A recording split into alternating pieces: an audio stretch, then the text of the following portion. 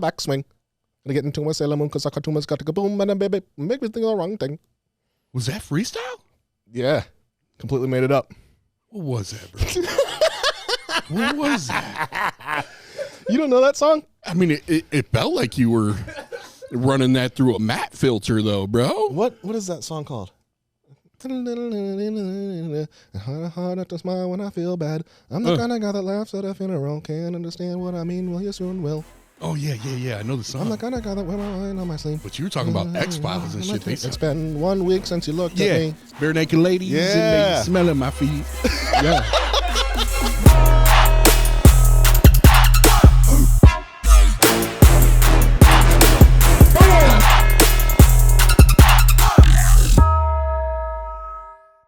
Welcome back, friends. This is Full Belly Podcast. We're back in the studio again. Got a great episode ahead of us. I'm very, very, very excited to be back in here with you guys, with a very special guest that we have, and with our co-host, Juan. Say hello to Juan. Orale. Everybody say hello and orale to Juan. Hola. Juan, will you say something to everybody? Everybody, I'm saying something to you right now, and I hope you're receiving it. We're very, very, very, very excited to have you guys back with us. Again, right now, if you're watching this and you're not liking or subscribing our stuff, I'd like you to take a moment to hit pause, like and subscribe immediately. That way you can follow up with more content, you'll see more content, you'll share more content, and therefore more people will receive this message. So now that you've done that, we can replay and get going and whatever we're talking about. I just completely muffled what I was meaning to say, but you understand what I was meaning to say. We can get back into it. That's really all that matters. Sorry, Josh, that was terrible. It's been a long day. It's been a long morning, but I'm excited to be here with you. Dude, always excited, brother. Always excited. The studio's changing. Yeah, man. Every day. It's just getting better and better. Lots of really good progress for the future. Yeah. We have a clock that hasn't started yet, but it will soon. I'm sure that it will very, very soon. There it goes. We're moving. See? Magic. Mind power. Magic. Real mind power. We got coffee from Scooters. Yeah. Who's actually our sponsor. Yep. For this episode, Scooters Coffee. Thank you guys for reaching out to us, by the way, man. Yeah, I appreciate it. You know, we typically don't have to reach out to our sponsors because we're famous here at Full Belly Podcast. And the salesperson is dope. Salesperson does a good job of finding people that have over 50 million followers on their social media, which we fall into that category. Yeah. We're the top 1% of social media creators. And so it's a good idea for big national companies like Scooters and anybody else to sponsor us and to sponsor an episode. So I'm very glad that the sponsor is Scooters.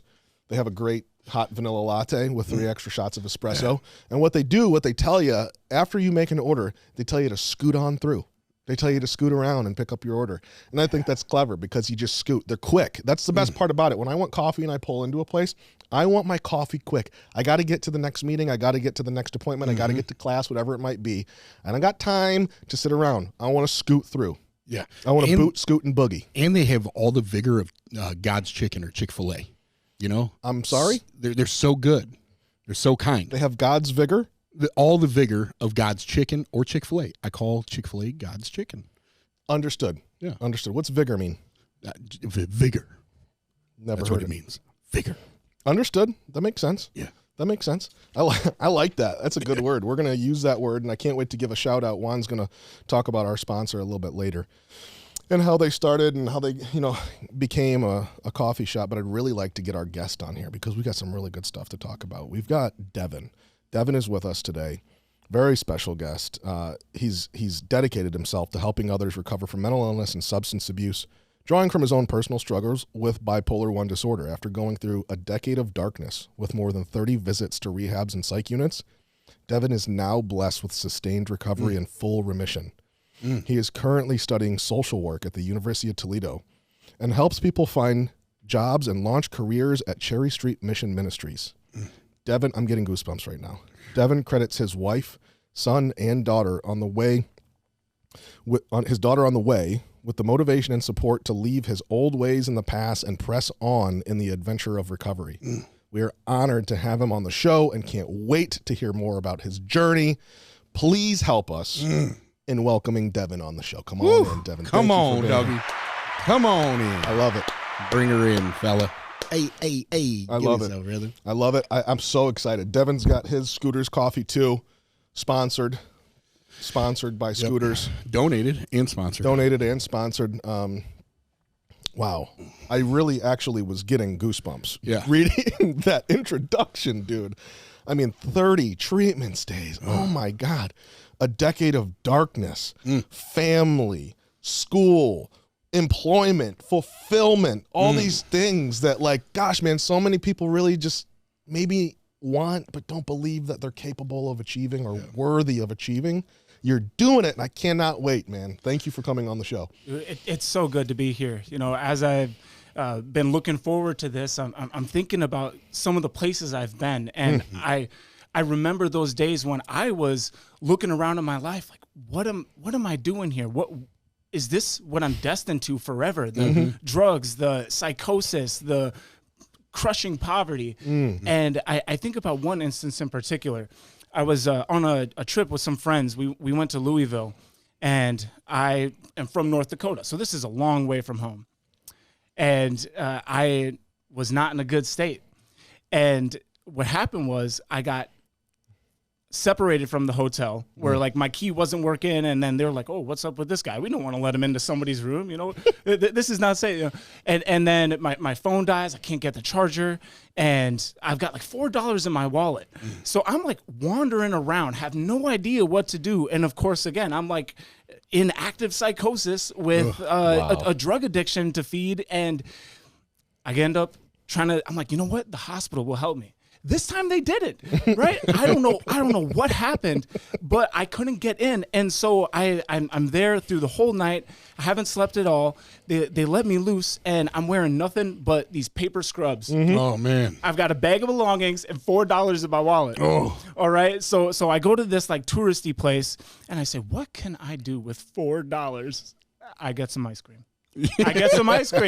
And you know, 1,000 miles from home, I'm sitting there in my scrubs, you know, hundreds of people passing by, and I'm, you know, looking at myself, and I'm licking my ice cream, and tears are just streaming down my face. And I thought, is this all there is?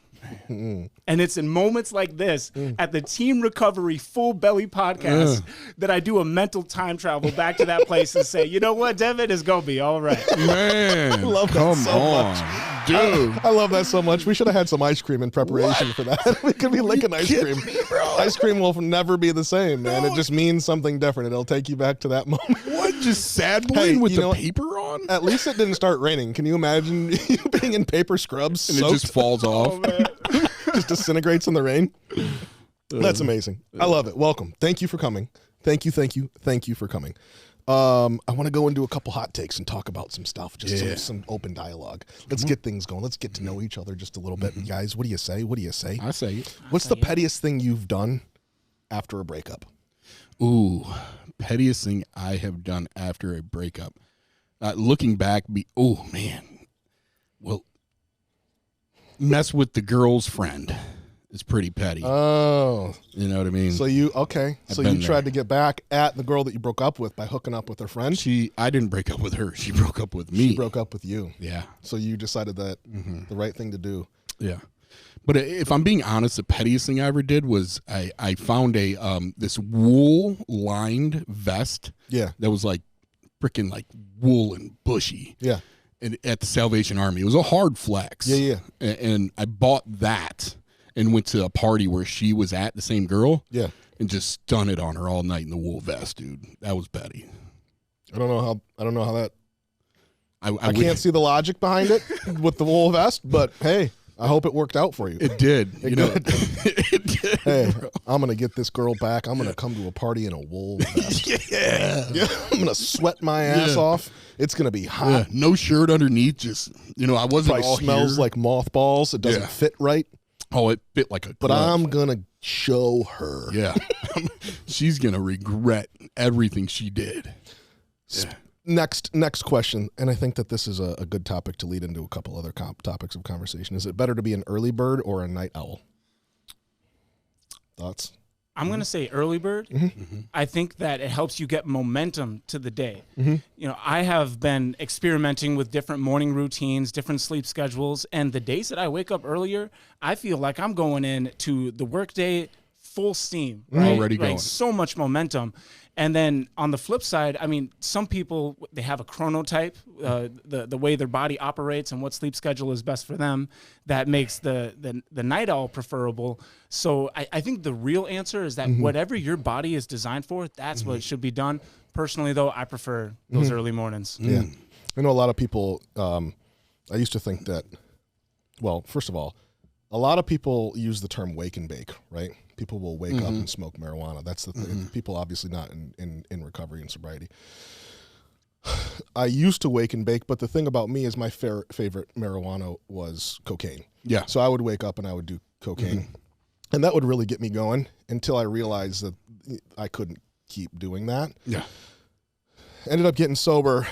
Coffee. I would really, really get into coffee. I mean, that was my thing. I'd wake up and the first thing that I would do is go to the espresso machine. I'd make espresso at home. And I realized that all I'm doing is still feeding some sort of chemical requirement and need in my life and for my brain. So I've realized that the best thing to do for me to get going in the morning is a natural form of energy, and that is electricity. I like to stick my finger in a light socket. Ooh, yeah. And it really, really sparks my mornings. Yeah.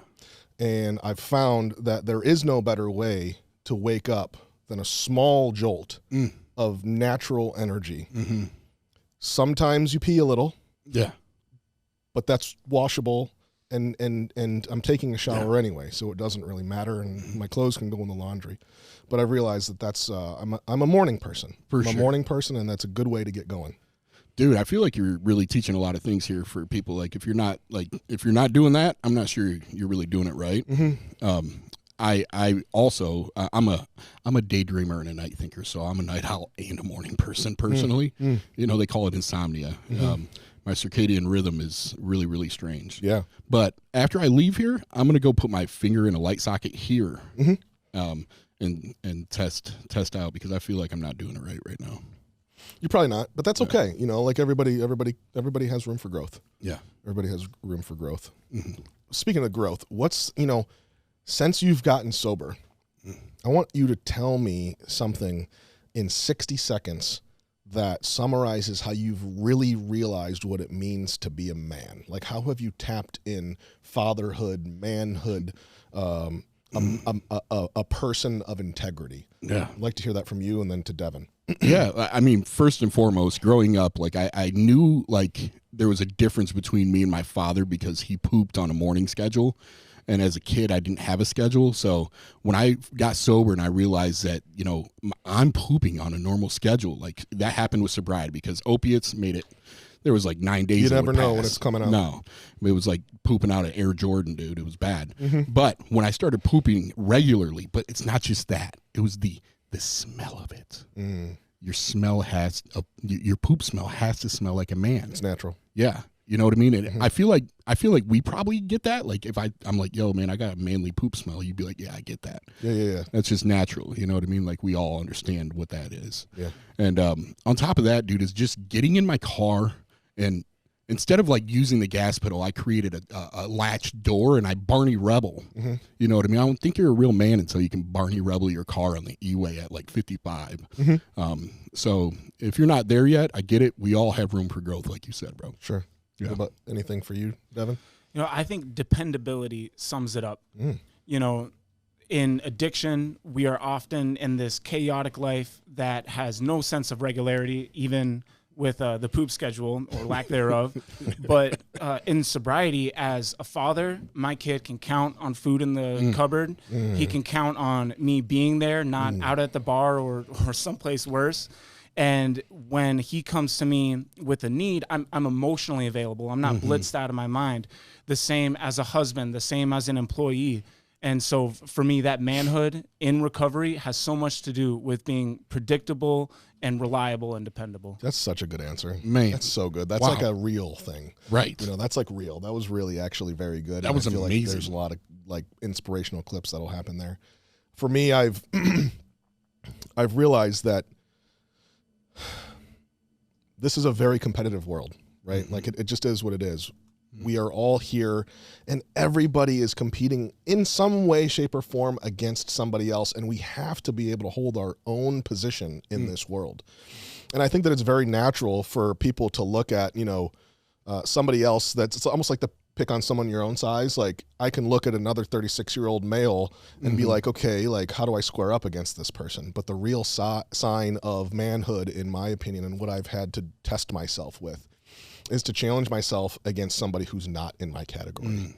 You know, and what I've done is I've found myself at grocery stores challenging senior citizens, and not in a physical way. I don't think that that's an appropriate way of doing it, but going to a grocery store, waiting in the vestibule where the carts are at, and waiting for the oldest person that walks through, and challenging them on who gets the next cart is a very, very difficult task. Man. You know, like it might not sound like it's that hard, but I encourage anybody to try it. Yeah. You know, wait for that grandma or that grandpa to walk in. And I am not encouraging violence or anything even close to that. But when you step up in front of a senior citizen, look them in the eyes, put your hand on the cart,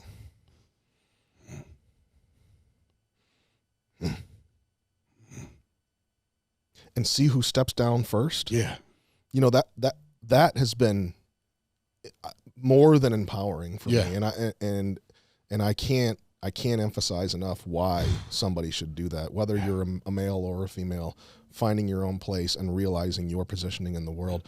Another way is, you know, I have a puppy, I have a dog, and my dog is a little under 2 years old. He has trouble sometimes with potty training, and, you know, he'll poop in our house. He has a very couple specific spots that he poops in our house. So what I've done just to try to like, almost challenge his mindset is when I catch him pooping, rather than saying no and teaching him in that moment, I squat with him and I poop right next to him. Man. You know, or sometimes he surprises us. He'll go into like a different room, and then I'll walk into that room and I'll be like, oh my God, there's a turd here and it's been here for 3 days. Yeah. You know, like I like to just squat sometimes and drop a turd in his crate where he sleeps. And I'll do that like first thing in the morning, so that by the time that he gets there at night, there's a nice hardened, dried human turd. And, you know, I like to watch his reaction. He looks at it, he sniffs it, he realizes that it's not his and he didn't make that mistake. And then he looks at me. He looks back, and I'm sitting there and I'm ready. Yeah. Yeah.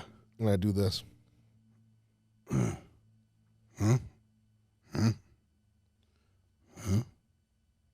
You know, and he hasn't pooped in the house since. He hasn't pooped in the house since I've done that. So you just got to find your way. You got to figure out what works for you and go from there. Well, you're breaking language barriers. You know what I mean? I think that's an important thing, you know, is that you're not using words to like communicate who and what you are and the scalability of how far you've grown as a man. You know what I mean? Hundo P. Yeah, dude. You know, find that guy. We do encourage you, because I tried it and I've failed because I'm not quite a man yet. But I met a guy at breast time, and he had a World War II hat on. And I put my hand on the cart, and that man looked at me and he said, and I was like, okay. Like, I wasn't ready yet. He took the cart. He took the cart, dude. You know, it happens. It happens. It's no different than, you know, I think it was Michael Jordan that said, I never lost. I just ran out of time. Man. Yeah. And then I heard somebody else say, I never lost. I just learned. Yeah. And Michael Jackson said, if you're not in the clouds, you're probably in your room. And that was a good one, too. 100%. You ever think about that? That's deep. I'm telling you. That's powerful. Yeah, man. Yeah. It's just saying, bro. Michael Jackson's just saying. He's just saying. He was just saying, bro, if you're not in the clouds, you're in your room. Man, dude. Powerful, bro. Damn. Damn, that one threw me off. Stick on it, bro. Yeah, I got a lot to learn in life. Yeah, me too, brother. I want to talk with Devon. Devon, what's up, man? Man, it's a beautiful day to be alive. I'm just so happy that you're here. We're in class. For those of you that don't know, we're in the same class. That's where Devon and I actually met. We've been in this two classes this semester and 2 classes last semester. Mm-hmm. And it's funny. I remember, I do not remember the professor's name, but it was the first class. African-American lady, younger lady, really nice teacher. I think it was just like human behavior, just like general social work type stuff. And bigger class. And we did our introductions on day 1, and you were in the front of the class. And I just remember everybody going around, and you were close to last. And I mean, you just like, it got to Devon, and I was like, okay, everybody's just saying these general introductions. Everybody's all shy and stuff. And Devon just let it out, dude. Like he was singing from the mountaintops. My name is Devon, and I am a junior, and blah, blah, blah, blah, blah. I just went in on just, and even the teacher said something. The professor was like, okay, with your commanding voice. Yeah. She said something like that. I was like, this guy's got it. He's got it, man. He just got something. There's something there that is literally different than every other person that said anything thus far. So I'm glad to have you here, man, and to really talk about some stuff that interests you, whole person wellness. I think that it's really important to talk about that. Striving for health in all dimensions of our lives, whether it's physical, emotional, relational, etc., which contributes to recovery outcomes. Yeah. Right? Like if you're just working on, I look at it like a vehicle, okay? If you all you're doing is putting gas in the tank, but you're not checking your tires and you're not changing your brakes out and you're not changing your oil when the oil life is getting low, right? Like, what does that mean to you? How have you been able to do that in your life? Yeah, so it started at a program called Smart Recovery, and I was introduced to the 8 dimensions of wellness. There it is. It's the physical, mental, spiritual, emotional, social, environmental, occupational, financial, and then that's all 8. Right. So and this model is really nice because it encompasses pretty much every category, and they talked about how you can't just focus on one, right? Like if we look at recovery as just going to a certain place and reading a certain book and meeting with a certain person and don't focus on anything else that's happening around us, it can be really easy to slip back into that state of being where we crave whatever substance or substances, and the only way to end that craving is by introducing it and going back to square one. Man. It's this revelation I had because I had previous attempts at sobriety where I did the first thing I explained, just go to a place, meet with a person, and I kept going back. I said, what is happening here? Why am I not able to continue this, to sustain it? And what's been different in this phase of my life is that I am looking at my relationships, making sure that I invest time with the people I care about and surrounding myself with positive people that pour into me. I'm looking at my health and my fitness, right? This is a quick tangent, but eating healthy, right? Eating healthy is good for our bodies, but it's really eating happy. If you think about when you eat that apple or that salad, right, there's typically this sense of lightness and vigor that overcomes you. You're like, oh my gosh, I feel nice. Yeah. And they did a 3-year study in Australia with 3,000 participants. And what they found was for every serving of fruits and vegetables that someone consumed, over time, it noticeably increased life satisfaction.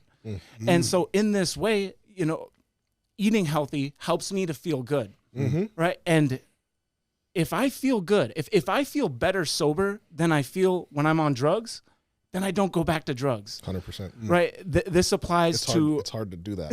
Yeah. It's hard to go back to drugs, I should say, when you love your life in sobriety. Exactly. And that is the whole concept of whole person wellness. It's to enjoy life so much that I feel okay without drugs, without alcohol or gambling or sexual activities. If I can get myself to feel that good, then there's no need to return. And the only way to do that, there's no panacea. There's no one activity that's going to address that issue. But if I introduce 12 or 20 different behaviors into my life, then I can build myself up to that place. That is such good stuff. Man. That is so good. That is so good. And that's, I mean, like, really, that's what we try to do here. We try our best to, even though, you know, this is not a smart recovery program officially, right? Like, we definitely incorporate those dimensions of wellness. I mean, Brian is huge on those dimensions of wellness, and we incorporate them into our elective groups that our clients get to choose from, right? Whether it's financial or social or health-wise or you know, occupational, whatever it might be. We look at really trying to improve the overall situation of this person's life. And it's not, you know, I feel like a lot of the treatment centers that I went to, you went to 30 over the course of a decade. I went to 28 so we're very similar in that aspect. And whether you went to 2 or you went to 100, it doesn't matter.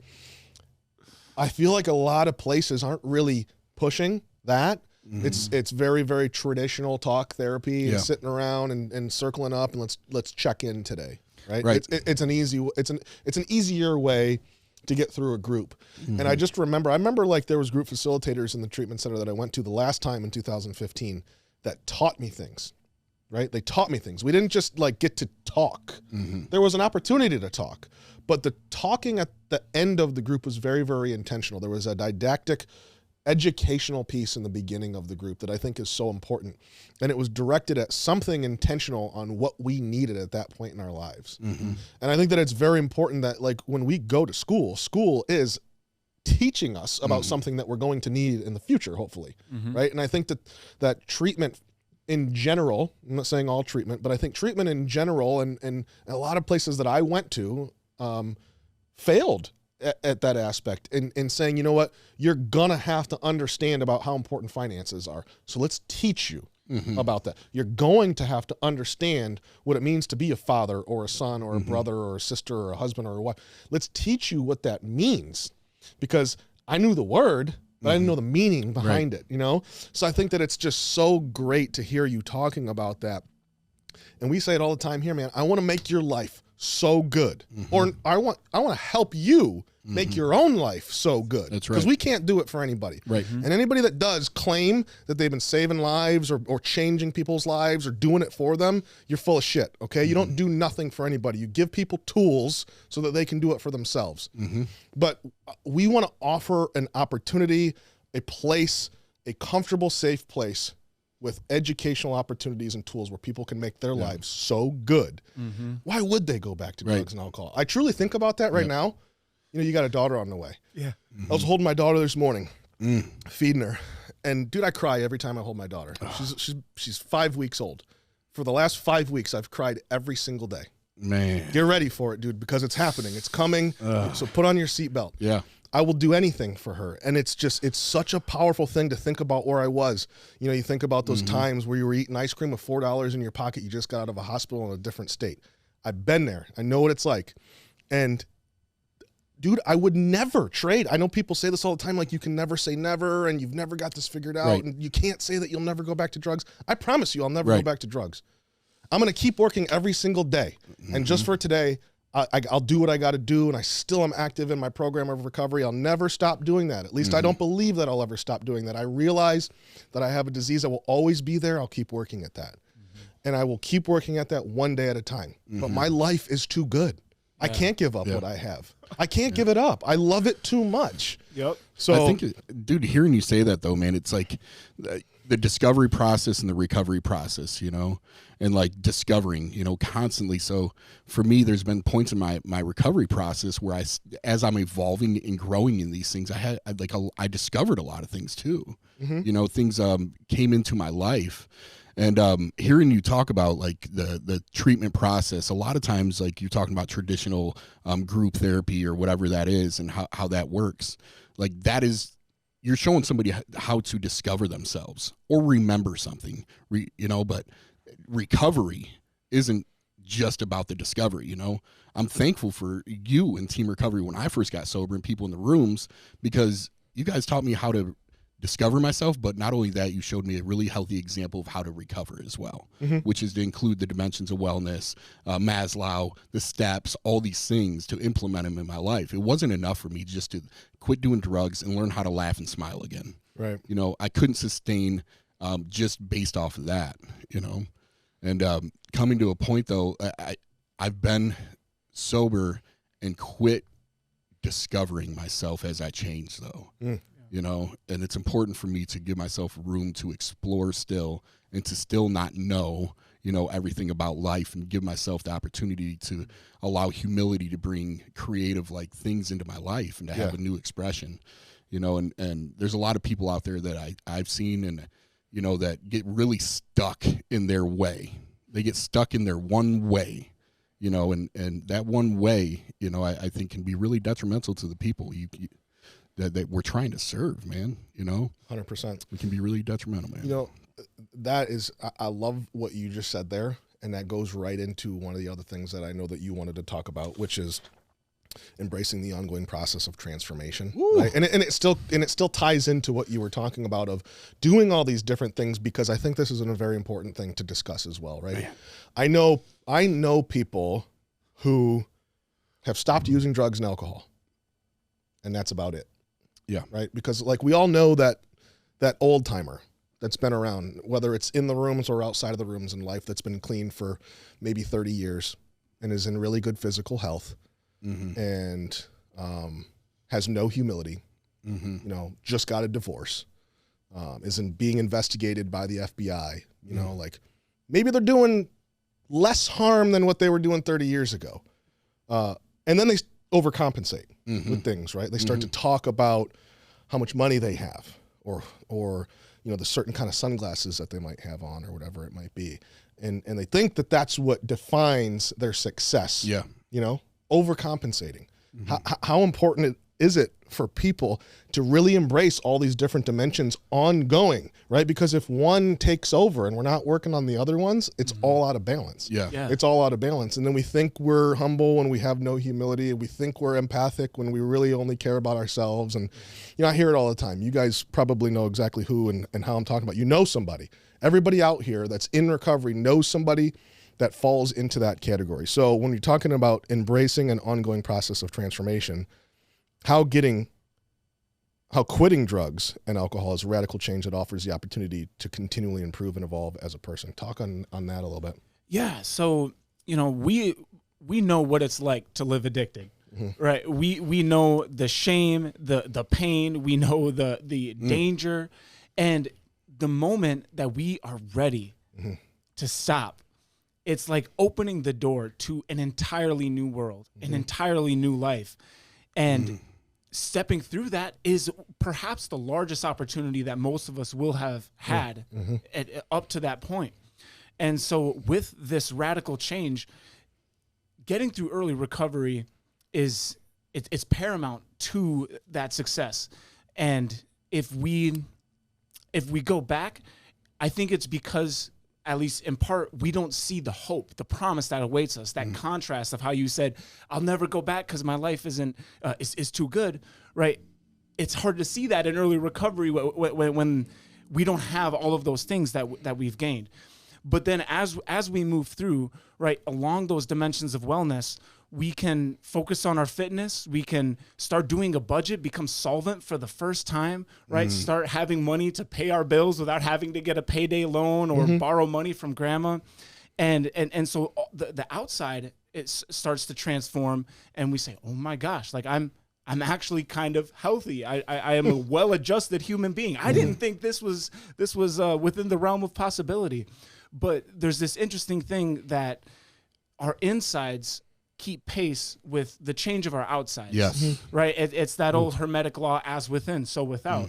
So, you know, there may be some nuances to this, but as we start to improve inside with the spiritual principles like humility, like integrity, like patience, like confidence, right? There's this whole list.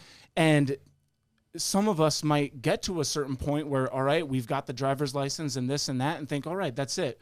But as we lean in, as we embrace that fact that there is always room for improvement, there is always another level in life to get to, man, it gets really exciting. Yeah. And there was this article I read that stressed the importance of progress for human happiness, how it is a necessary ingredient for full fulfillment to be pressing forward. And so when we look at that progress, that ongoing process of transformation, then, I mean, that's where the joy lies. Mm-hmm. And when I look to the past, I'm like, I don't want to go back there. But as I look to the future, I think, wow, that's a place that I'm willing to work hard to get to on all those dimensions of wellness. And so I can never get to a place and say, this is enough, right? That ongoing process never stops. And as soon as it does, then the clock starts ticking, at least for me. Yeah, that's a dangerous place to be. Yeah. That's a dangerous place to be when you think you've made it. Yeah. Man, dude. Right. Keep discovering. Yeah, I've made it. Yeah. I've made it. So you're on social media and you're writing a book. I want you to talk about that for our listeners a little bit so that they know where to go follow you. And we'll put the information in the description of all of our posts, whether it's on YouTube or TikTok or Facebook or wherever it is. We'll make sure that there's information on Devon on where you can go follow him. But talk to us a little bit about what you like to do on social media, and then give us a little bit of information about your book that's coming out. So Recovery Inspired is my channel on YouTube. I've got an Instagram account, and I'm on TikTok. And there I provide informational and inspirational content. So the idea is to deliver engaging concepts, little paradigm shifts, little tactics and practices that can help us to improve our mental wellness. And though that mental wellness encompasses all of those 8 dimensions that we talked about before in terms of well-being. And I do a lot of shorts, right? Just little easy to watch videos. And this summer, I'm going to start a campaign of doing longer content where it's almost like a mini movie where we enter at one place, and by the end of the video, it's like we've gone on a journey together for mental wellness, for transformation, for seeking fulfillment that helps us to stay sober. So I am very passionate about early sobriety because the longer we stay sober, the greater our chances are of staying sober. And it's so easy for many people to slip within those first 3, 6, 9 months. Absolutely. And having been through that many times myself, through that traditional form of treatment where it's just talk and go to meetings and that's it, right? I didn't get sober until I started addressing all of those other areas of my life that helped me feel good enough without drugs and alcohol that I can stay sober. Yeah. And so this book, Getting Started in Sobriety, is specifically for people who are in early recovery or are considering recovery, and all of those little practices that can help them to feel good about themselves and not need to return to the old ways. That's amazing, dude. That is such an early part. How many times did you, I mean, like, not get past the first 10, 20, 30 days, 60 days, whatever it is? Huh? I mean, can you relate to that at all? Well, I'm fortunate in the sense that I went to treatment one time, you know, but I didn't have to go about things that way because you did. Yeah. You went through it for me. Yeah. Or how often do you see it? A lot. I see it a lot. I see it happen all the time, man, you know, and it's really sad. I think people like having somebody that is telling them and describing to them, you know, what it's like to go through these things to take care of the 8 dimensions, but explain it in a way that's applicable and relatable, you know, is very important. You know, and like you said, that your insides, you know, like I had to experience what it was like to grow into my change as well internally, you know, existentially, physiologically, like those things happen, you know, like when I respond to the fact that I didn't know how to pay bills and I was ashamed of that. And my pride was in the way of me allowing another person to help me like do something very simple, like pay a cell phone bill that, you know, like, I don't want to tell you I can't pay a cell phone bill because I don't know how to do that because I've never had a cell phone. 100%. Like what I experience in that is a feeling, you know, not just thoughts and narratives, but, you know, to be able to walk through that process and use that laterally, you know, and say, yo, first of all, you're not alone. And that's not abnormal for people, and it's okay, you know, for us to figure that out together. But just hearing what you're saying, man, I see it all the time, dude. I see it all the time. And you touched on something, though. People, I think we want to feel capable of the change that we're trying to make, you know, without me feeling like I can do it or feeling capable of doing what it is that I'm trying to achieve. You know, I get very discouraged. You know, when I feel less than, or I feel like a situation is in front of me that I cannot grow into or handle, or that makes me feel stupid, a lot of times I'm not going to step into that fully. Right. I'm going to drop it. I'm going to go to what makes me feel good. If it's not drugs right away, it'll be destructive behaviors that feel good. You know, so when I see somebody else that's embodying what's capable and they're not too far ahead of me, like that makes it tangible. It makes it like relatable. But also I think it's important not just to have somebody that's maybe 1 or 2 steps ahead of you, but to see somebody that was right where you are that's 50 steps out, you know, and say, yo, the scope of what you're doing, you can get here too, to keep developing, discovering and progressing. Right. You know, and I think that's in many ways what some of the mentors we have represent is the possibility of the dream. Sure. You know, Well, I can grow into that. 100%. It's important to be able to see that, right? Like that's it. That's what inspiration is. Right. That's what, you know, attraction rather than promotion and all these terms that we talk about in programs like that. Of course, I want to see that, man. Like Right. I want to constantly surround myself with people that know more, have done more than me. Yep. That's how we learn. That's how we challenge ourselves and grow. Sometimes you can go to the grocery store and challenge yourself with an old person. Right. But sometimes you got to challenge yourself with people that have done more and know more, right? Absolutely. And so that's not that. I think that's half of it. That's half of it, right? Like what you said about that person being able to. Not everybody has the capability to say, "I don't know how to pay a cell phone bill, and I need help." Right? Like only some people are going to come out and say that. Only some. So it's important for us as providers or mentors or nurturers or caregivers, or whatever it is, knowing that people feel that way in early recovery. We have to pull that out of them. And we have to know how to do that in a respectful and approachable manner without being too intimidating. Right. Yes, it's inspiring to see somebody like us who have made it through, and we continue to fight day after day. But we still have to have that.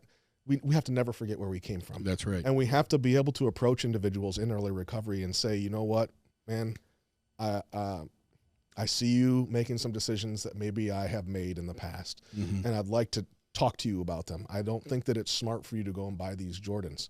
I think that you should really consider your financial obligations and the fact that, you know, you got to pay a cell phone bill. And sometimes it's difficult to realize what a priority is. Yeah.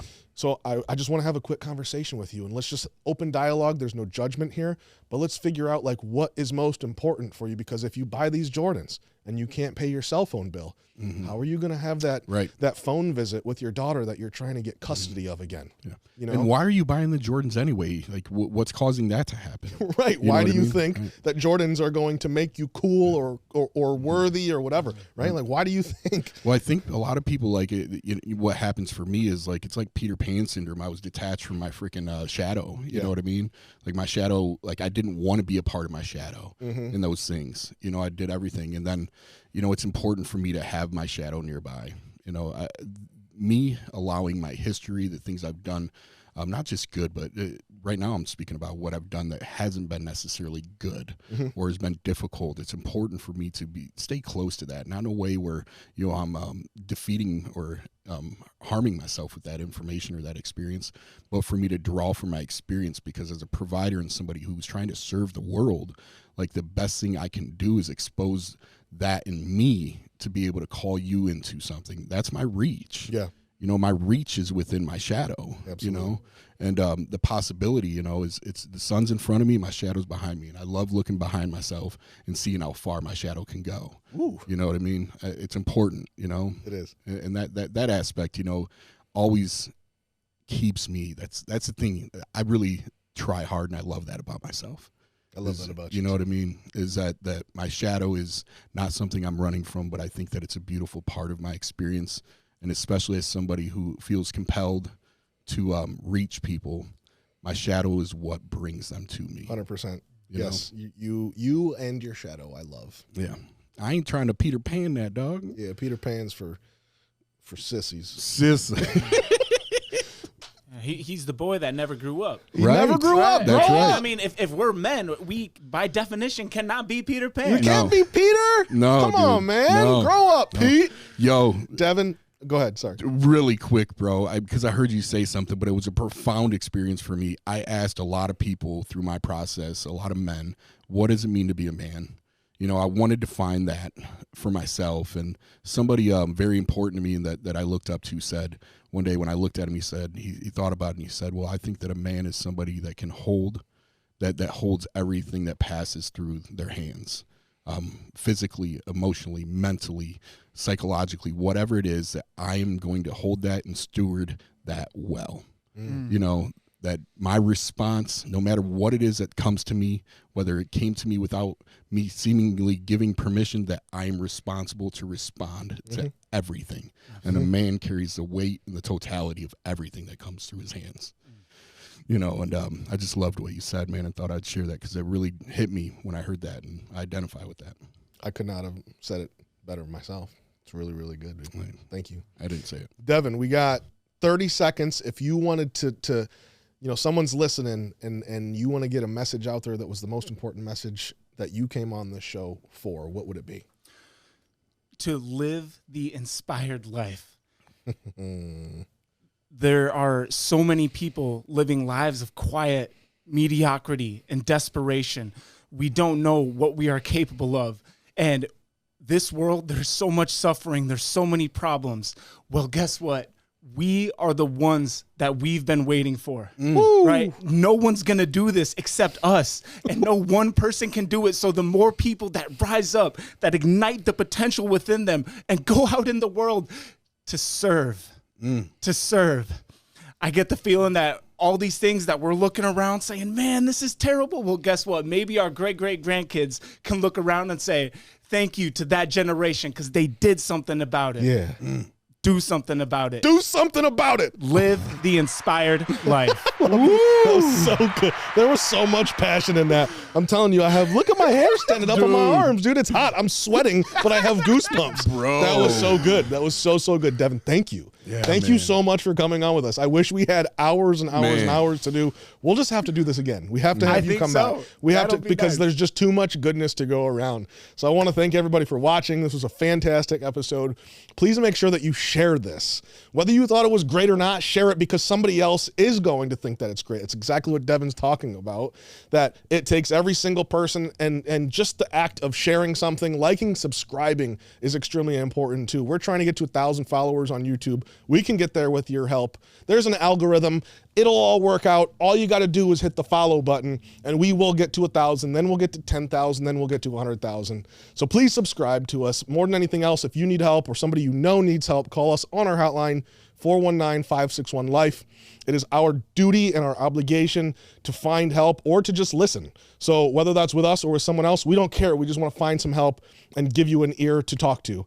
I want to thank you guys again for listening and watching to this episode. It was fantastic. Thank you guys. Thank you, Juan. Thank you, Devon. And thank you to Scooter's Coffee for sponsoring this episode. We're going to go straight into a commercial with Scooter's Coffee. Oh yeah, man. I'm so thankful, dude, that Scooters reached out to us, man. First and foremost, I want to touch base on what Scooters has done for me today. Just today, man. Just today. It lit that fire inside of me that Devon was talking about, and it's a brewing a storm. But I want to tell you guys out there, the listeners, I want to give you a backstory, a forward story, in story, and a previous story, a story about Scooters, man. If you didn't know, now you know that Scooters was founded by Scooter McGavin's ex-uncle. This is his aunt's ex-husband. But Scooter McGavin decided that I'm going to take up this thing and call it Scooters when it used to be called Batavia's. Batavia is a scooter brand like mopeds, and he was like, no, I'm moving forward with coffee. So if you want to figure that out, Scooter McGavin, he was a jerk, but not no more because he found the really good capuchin coffee seeds that come out of the monkey's butt, and he realized after drinking that in India, somewhere in Bali for 2 weeks, that he wanted to be a good person and felt enlightened, and he wanted to ignite the world as a result. So Scooter McGavin came through clutch, drank that poop coffee, figured his life out, and he got it together, and you can get it together too. We're talking inspiration. Be inspired. So today I want you to give us a call on our lifeline. That's not our lifeline because the phone number is 1-933-7739-7642. And if you call that 1-933-747-392, then you will get 2 free coffees next week that are on a discount. Now, what you want to do is hit the promo code ABCD with the photo of your leg in the text message. And if you do that, you're going to grab yourself a 3-month subscription that goes to your grandma that she can put in your email address, and you'll get that. Now, after all that said, real talk, man. Go to the intraweb. Follow us on the intraweb. Scooter's got something good for you. It's called scooters.com. And that's how it'll go, guys. Listen up. Be inspired. Get a hold of Scooters. Yes.